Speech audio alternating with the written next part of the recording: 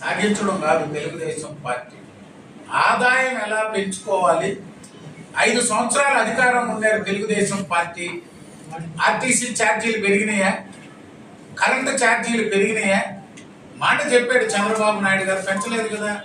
జగన్మోహన్ రెడ్డి గారు 9 సార్లు పెంచారు కరెంటు ఛార్జీలు.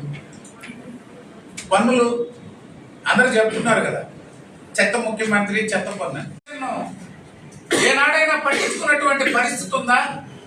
ఆఖరాకే క్రిస్టియన్ కార్పొరేషన్ మేము ఈరోజు చెప్పుకోగలం, నగర మేయర్గా లేక మంత్రులుగా, శాసనసభ్యులుగా ఏ వర్గాలకి ఏం చేసామో పదే పదే ఈరోజు వీధుల్లో తిరిగి చెప్పగలుగుతున్నాం. మీకు చెప్పే పరిస్థితి ఉందా? సోమశిల గురించి పట్టించుకున్నారా? తెలుగన్న గురించి పట్టించుకున్నారా? ఎక్కడైనా పెండింగ్